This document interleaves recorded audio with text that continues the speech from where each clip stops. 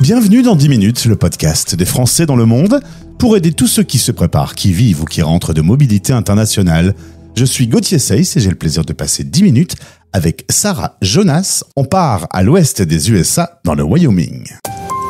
10 minutes, le podcast des Français dans le monde.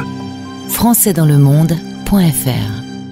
Et ce sera ma première fois près du parc de Yellowstone que je vais découvrir cette partie des États-Unis avec mon invité dans le cadre du partenariat avec Expat Pro. Bonjour et bienvenue Sarah. Bonjour Gauthier. Alors, content de faire ta connaissance, content de découvrir le Wyoming. Bon, on va pas se cacher, c'est pas l'endroit des USA qu'on connaît le mieux, c'est pas l'endroit le plus habité non plus. Non, effectivement. C'est quoi ton décor? Alors, tu disais l'hiver est rude, vous y êtes depuis une petite année.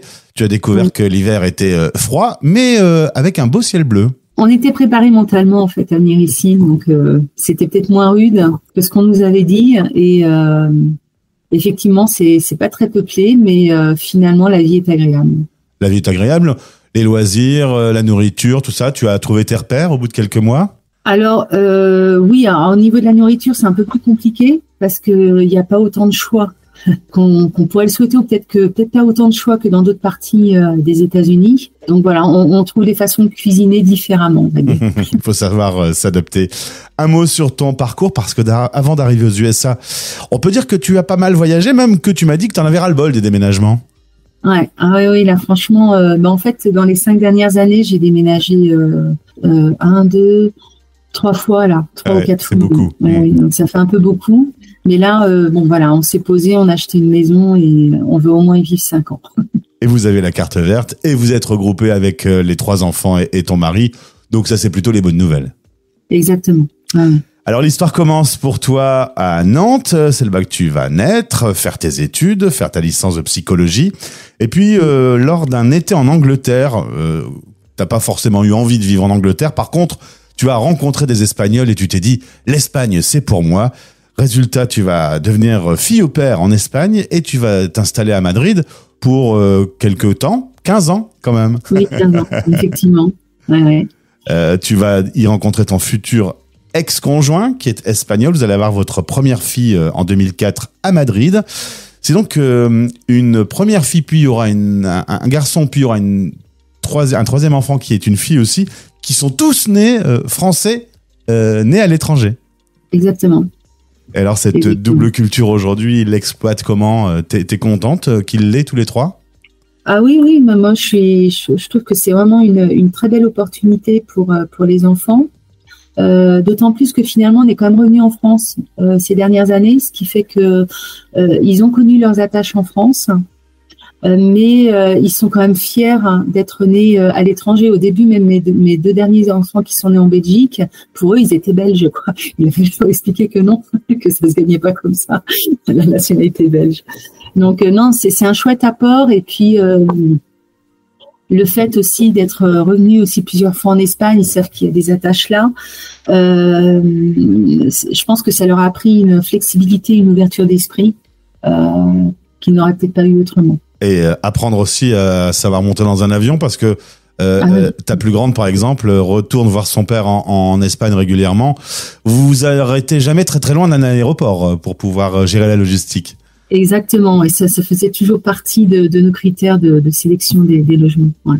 Tu vas rencontrer ton futur mari qui est français, qui vit à Madrid et qui a une proposition de poste en Belgique. Résultat, tu te retrouves dans le sud de Bruxelles, en région flamande. Exactement. Et là, il y a les 2 enfants qui vont arriver par la suite. Pendant 5 ans, vous vivez en Belgique. Bon souvenir, la Belgique? Ouais, très bon souvenir. Hein. Franchement, on a adoré la Belgique. On a beaucoup aimé vraiment les Belges, les relations. Enfin, c'était vraiment comme disent, je pense, c'est les Néerlandais, c'est les Latins du Nord. Ouais. Et effectivement, en fait, on n'a pas senti trop de déphasage entre l'Espagne finalement et la Belgique. Je dirais un peu dans le quotidien, tout en ayant une culture différente et revenir pour nous au parler français. Alors, vous allez ensuite vivre à Paris. Alors ça, c'est plus dur, hein. T'as moins aimé cette période. Puis, il y a Grenoble, puis il y a Lille, Douai, Lyon. Beaucoup de déménagements. Ton homme travaille dans le domaine de l'ingénierie des routes, ce qui fait qu'il bouge beaucoup. C'est facile finalement quand même de déplacer toute la famille à chaque fois, de se réinventer, changer les écoles, tout ça. Il n'y a pas un petit épuisement qui se met en place? Alors l'épuisement, il est arrivé justement ces dernières années. Mais en même temps, c'est comme si, enfin moi de mon côté, j'étais toujours organisée. Donc en fait là, c'était avoir les critères, d'abord les enfants, l'école, le logement, c'était tout devoir en parallèle. Donc en fait, on joue sur plusieurs tableaux et c'est comme si la grille, je dirais, de planification se met en place automatiquement. En fait, c'est comme on démarre la voiture et bon, c'est école, il y avait les sports, parce que moi, c'était tout ça, c'était intangible. Il fallait absolument qu'il y ait toutes les activités qu'il faisait pour essayer de reproduire à chaque fois le même schéma. Et quand on déménageait, la première chose à mettre en place, c'était la chambre des enfants pour qu'ils retrouvent tout de suite leur repère. Et puis voilà, après, ça roulait. Très bien. Il y a quelque temps, une proposition arrive pour ton conjoint aux USA. C'est un endroit où vous avez toujours voulu partir. Résultat, vous vous y installez en juillet 2024. Le choix du Wyoming, du coup, c'est le boulot de monsieur? Ouais, c'est vraiment le boulot, parce que si ça avait pu être autre part, je pense que à la base, j'aurais préféré. En fait, mon mari nous avait emmenés en vacances en 2019 aux États-Unis, et notamment, ils avaient une convention là à Laramie, histoire de me faire découvrir. Sur le coup, je lui ai dit non, mais jamais de la vie, on ne vivra jamais là-bas, compte pas sur moi, parce qu'il savait qu'il avait déjà des propositions, que c'était possible. Et puis finalement, de fil en aiguille, en y réfléchissant, je me suis mis en marque les grands espaces, la nature, pourquoi pas. Et résultat, vous en profitez de ces grands espaces, vous allez les visiter le week-end? Ouais, mais en fait, où on est, il y a déjà, on peut se balader déjà dans la ville. On a des antilopes à côté. Nous, par exemple, dans notre jardin, à côté, il y a des biches qui viennent. Donc, il y a un contact là qui est absolument incroyable quand même. Et puis, à 10 minutes en voiture, on a plein de balades à faire. Donc, c'est franchement chouette. À ce niveau-là, c'est vraiment bien. Alors, on va laisser votre vie de promenade dans le monde et on va parler boulot maintenant. Dans le cadre du partenariat avec Expat Pro, tu proposes des bilans de compétences au sein de la société que tu as créée qui s'appelle Libellule RH. Le bilan de compétences, la transition de vie. Pour nos auditeurs qui sont un peu aux quatre coins du monde, il faut savoir négocier le virage. Comment ça, le négocier quand il va y avoir un grand changement dans sa vie, en fait, ce qui est intéressant du bilan de compétences, comme dans les transitions de vie, c'est que parfois, je pense qu'on peut avoir différents cas de figure. C'est saisir, moi j'ai envie d'un changement de professionnel, j'en ai ras-le-bol de mon boulot, donc qu'est-ce que je peux faire? Mais surtout aussi quand on suit notre conjoint ou notre conjointe, on peut se dire mais qu'est-ce qui se passe avec moi en fait? Est-ce que mon boulot est adapté à la réalité du pays ou même de la ville dans laquelle je vais vivre? C'est pas toujours évident. Et donc le bilan de compétences dans ce cadre-là va permettre déjà, outre le fait de mieux nous connaître, mais de revoir finalement nos appétences professionnelles et en fonction de notre moment de vie, vraiment, qu'est-ce qui va nous correspondre et à la réalité du marché, en fait. Alors, comment tu fonctionnes en one-to-one ou par groupe? Alors, one-to-one, principalement one-to-one, bien que dans ma tête, j'avais quand même, je sais que ça se fait de le faire aussi en collectif. J'avais envisagé éventuellement de faire certaines sessions en collectif, mais non, le one-to-one, je pense que quand même, c'est important vraiment pour se centrer sur la personne. Et vraiment pouvoir parce qu'en fait il y a quand même une connexion qui se fait, c'est pour ça que aussi c'est pas anodin de choisir aussi son propre coach ou consultant en bilan de compétences, c'est qu'il puisse avoir une connexion parce qu'on va quand même rentrer se faire connaître en fait, et rentrer sur une dimension personnelle. Faut qu'on ait envie de se dévoiler en fait quelque part, et c'est pas toujours évident. Les personnes qui viennent te voir vivent une transition, parfois une expatriation. C'est quoi la principale inquiétude d'une personne qui va vivre la mobilité? Qui va vivre la mobilité?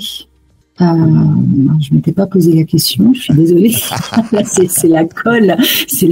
L'inquiétude, c'est surtout peut-être de pouvoir bien s'adapter, que tout se passe bien, et de savoir est-ce que déjà ce pays ou cette ville va me correspondre? Est-ce que je vais m'y plaire? Mine de rien, pour beaucoup d'expats, je pense qu'il y a ça aussi qui rentre en jeu. Pour beaucoup, ça dépend, mais c'est la dimension familiale aussi, la famille qu'on laisse dans notre pays d'origine.